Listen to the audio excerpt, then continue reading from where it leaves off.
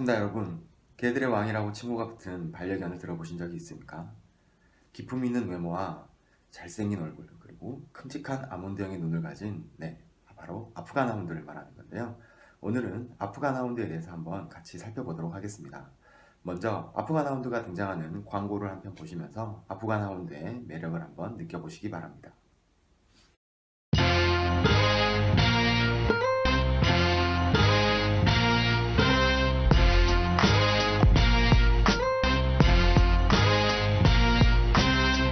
Do you want that love? Do you need that love?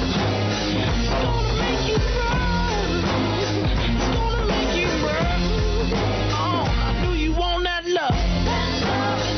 Do you need that love? For some, beautifully straight hair comes naturally.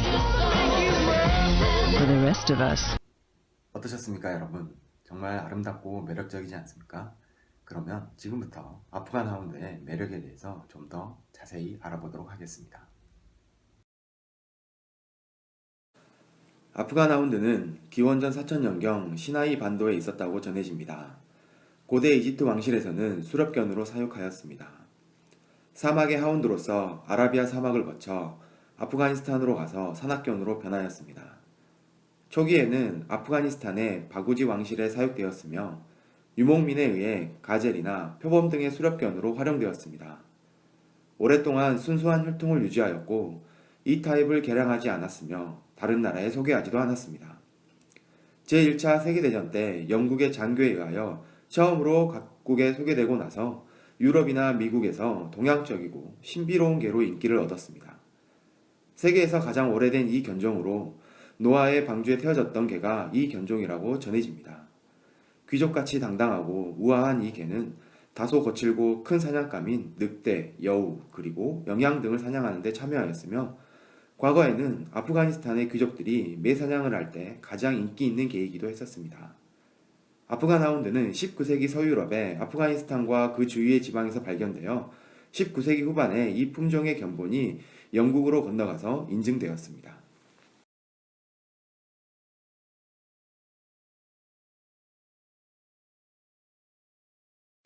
아프간 하운드는 몸의 구조상 광골이 넓고 높이 달려 있어 거칠고 울퉁불퉁한 지역에 적응할 수 있었습니다. 다리가 긴 이 개는 어깨 높이가 약 65cm, 몸무게는 약 25kg 정도입니다. 귀는 늘어져 있으며 뾰족한 얼굴과 아몬드형의 큰 눈은 아프간 하운드의 매력을 보여주는 특징 중의 하나입니다. 얼굴의 앞면과 등 부분을 제외한 곳에 털은 길고 광택이 있습니다. 여러 가지 색을 띠는 경우도 있지만 대체로 한 가지 색을 띱니다. 앞다리와 뒷다리에 털이 무성하고 꼬리는 가늘며 위를 향해 휘어 있습니다. 아프간 하운드의 전반적인 외모는 성견 지명이 있는 표정을 한 귀족적인 개라고 묘사되어 왔습니다. 지금까지 아프간 하운드의 역사와 신체적 특징에 대해서 알아봤는데요. 그렇다면 아프간 하운드의 성격은 어떨까요? 아프간 하운드의 성격은 크게 세 가지로 말씀드릴 수 있습니다. 첫 번째는 독립심이 매우 강하다는 겁니다. 독립심이 매우 강하다는 이야기는 주인의 명령을 따르기보다는 아무래도 자기의 생각이나 본능에 따라서 움직이려는 성향이 강하다는 이야기입니다. 따라서 훈련을 시키기에 매우 어려운 견종 중에 하나이기도 합니다. 두 번째는 폭넓은 활동성을 둘 수 있는데요. 사냥꾼 출신이라 움직이는 물체에 매우 민감합니다. 그리고 넓은 공간에서 아주 폭넓은 움직임을 보여주고 있습니다. 세 번째는 외로움을 매우 잘 탄다는 겁니다. 따라서 주인의 사랑과 애정을 느끼지 않으면 금세 기가 죽고 매우 우울해합니다. 따라서 항상 쓰다듬어주고 자주 놀아줘야 하는 성격을 가졌다고 볼 수도 있겠습니다. 아프간 하운드는 수렵견으로서의 성향을 간직하고 있기 때문에 작은 동물을 함께 기르는 것은 어렵습니다. 토끼나 고양이 등을 함께 기르는 것은 사냥견으로서의 성향을 보여줄 수 있기 때문에 추천하지 않습니다. 또한 하루에 4번씩 30분 이상 정기적인 운동이 필요합니다. 사회화 훈련 시에는 반드시 파트너라는 인식을 할 수 있도록 칭찬을 기반으로 한 훈련 방법을 택하시기를 권장합니다. 아프간 하운드는 유전적으로 건강한 견종에 속합니다. 그러나 백내장, 각막이 영양증 등과 같은 눈과 관련된 유전병, 고관절 이형성 등과 같은 골격과 관련된 유전병이 알려져 있습니다.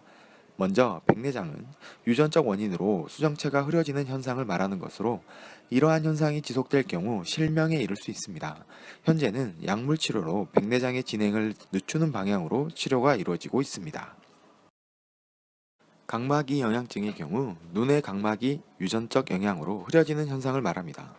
백내장과 마찬가지로 진행이 지속될 경우 실명에 이를 수 있습니다. 현재는 약물 치료를 통해 진행을 늦추는 방향으로 치료가 이루어지고 있습니다. 마지막으로 고관절 이형성이라는 유전병이 있습니다. 이는 대형견에서 보여지는 유전병으로 고관절이 부적절하게 접합하여 관절 운동에 장애를 일으키는 유전병입니다. 약물 치료는 주로 진통을 줄여주는 것에 그치고 외과적 치료를 수행하는 것이 권장됩니다.